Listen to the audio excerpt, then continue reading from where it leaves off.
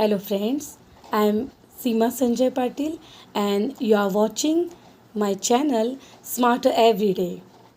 I am happy that you are watching my channel and sending your advices. So do send your advices, do send your comments so that I can give you better guidance.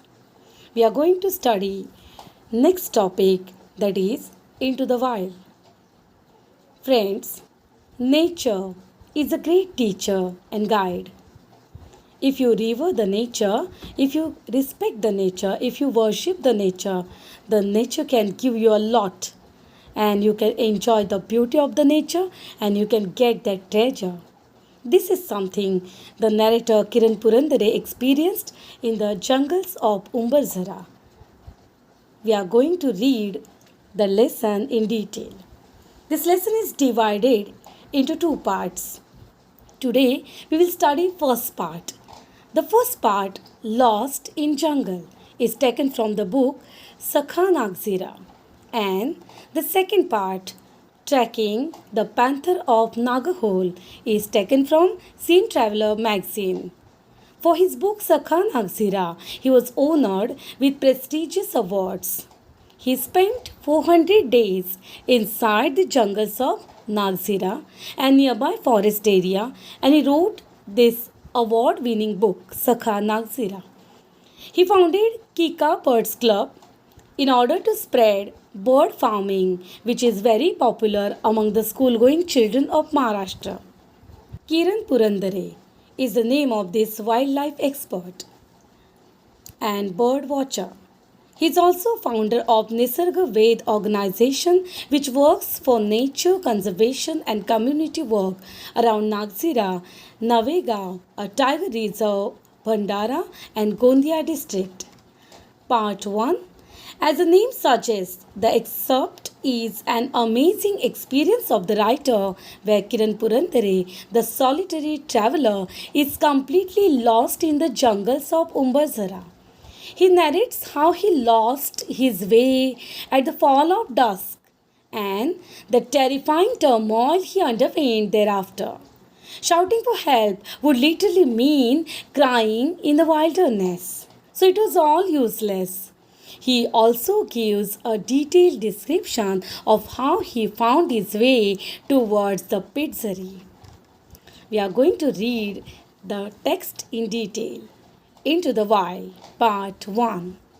Lost into the Jungle. 8.5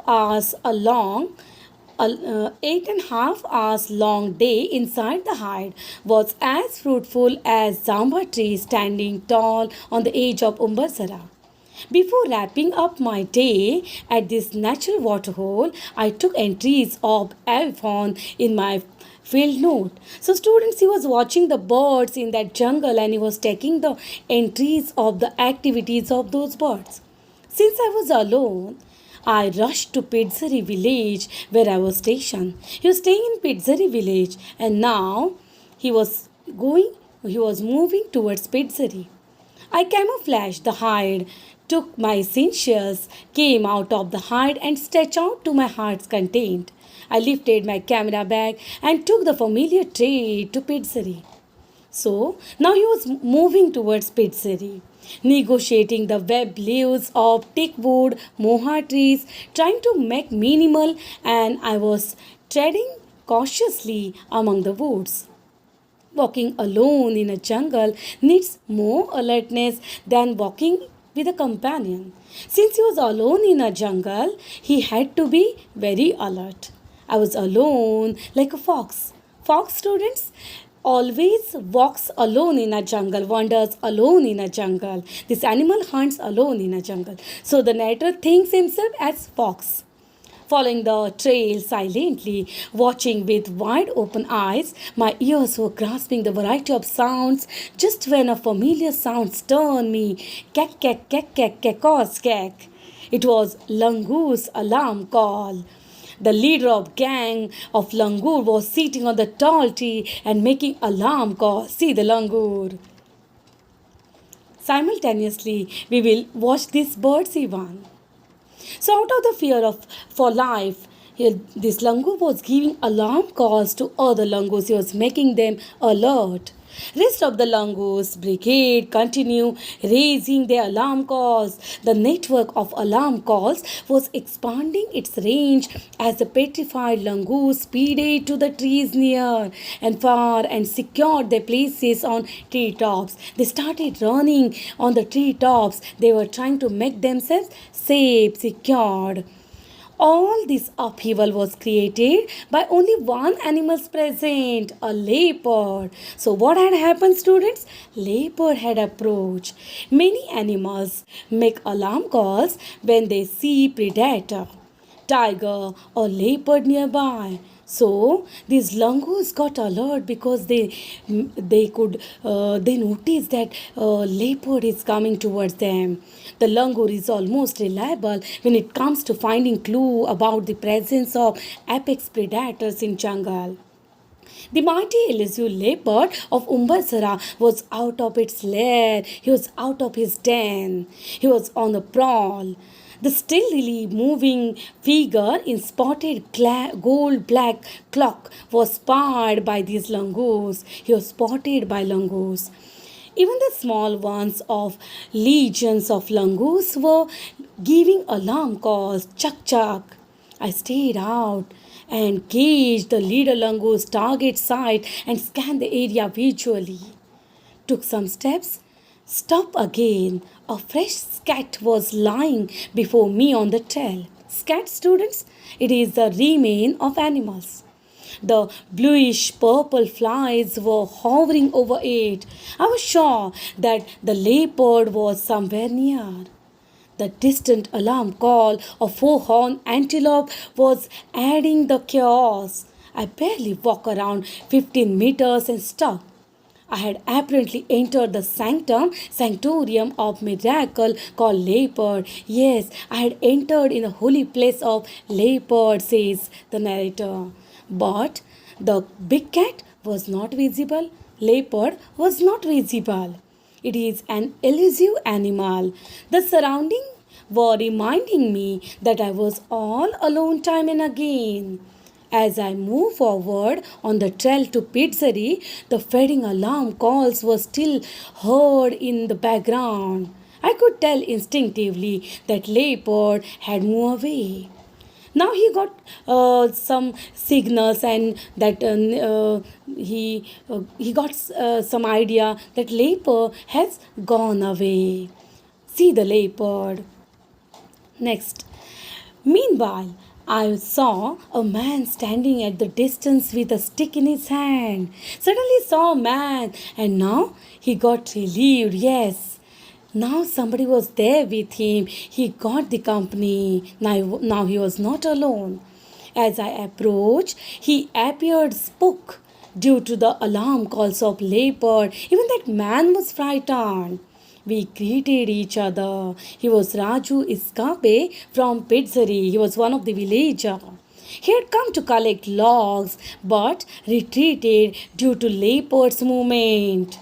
Raju was amazed at my regular solitary visit to Umbazara. He got shocked to know that I was visiting this Umbazara frequently, the haven of tigers, leopards, and sloth bears.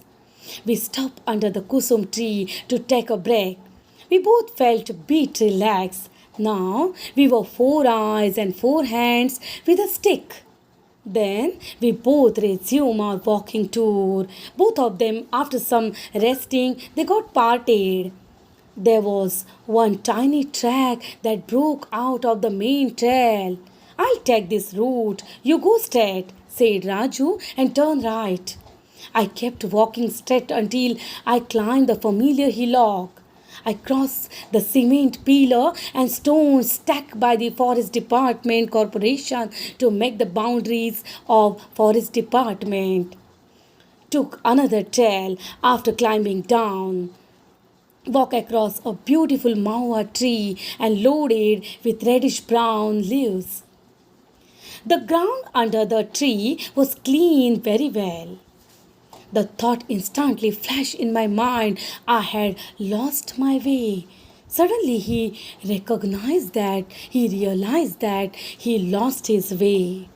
Next moment, I found another dusky trail. Hastily, I took that trail, which took me from the narrow gorge to an open field. The area was surrounded by hillock of dry, deciduous tropical forest.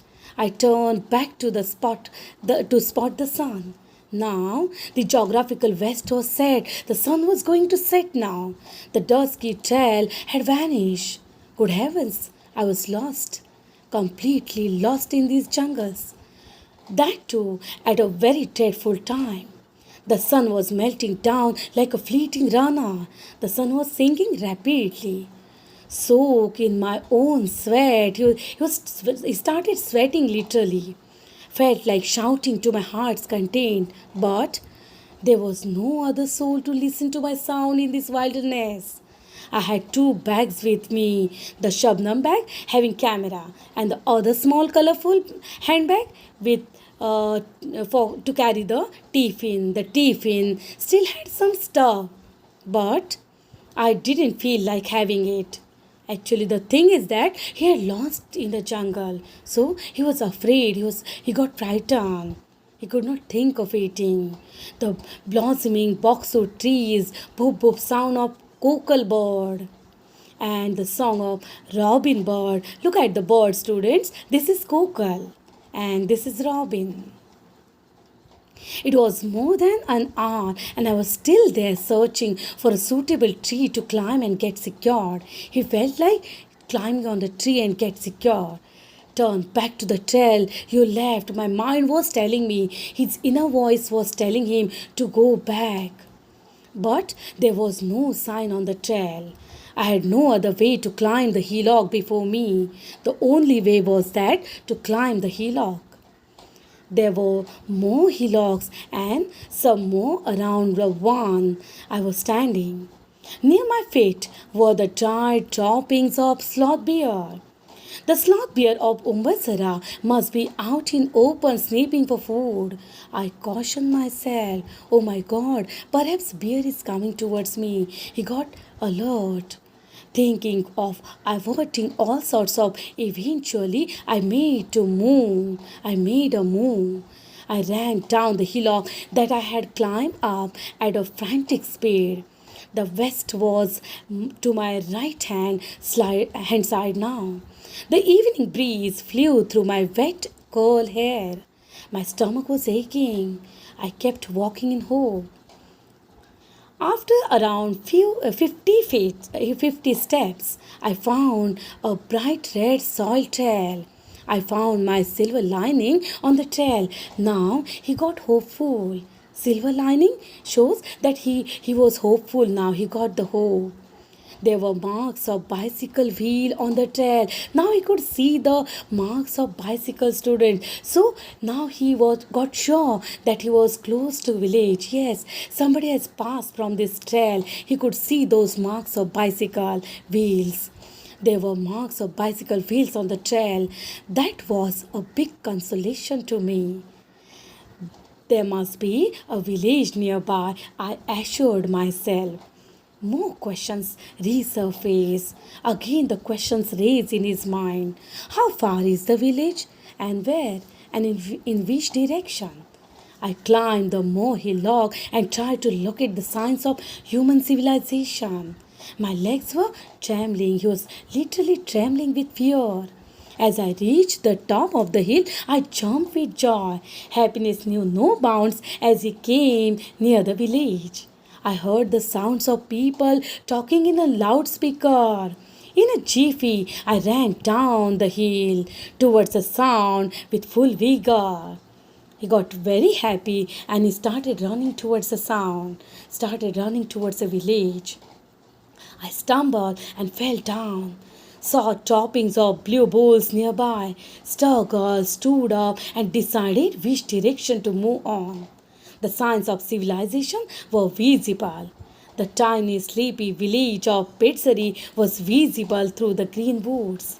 Lanterns of Rajaram Balavi's farm, loudspeaker installed for Keshav Balavi's marriage, all were clear sight. Turn left to spot the village lake and familiar hillock, Sui Hudki. The dog barked to welcome me to village. So finally he reached the village safely. The first thing I did was to take a bath. First of all, he got fresh by taking the bath. The shaking of limbs had lessened a bit.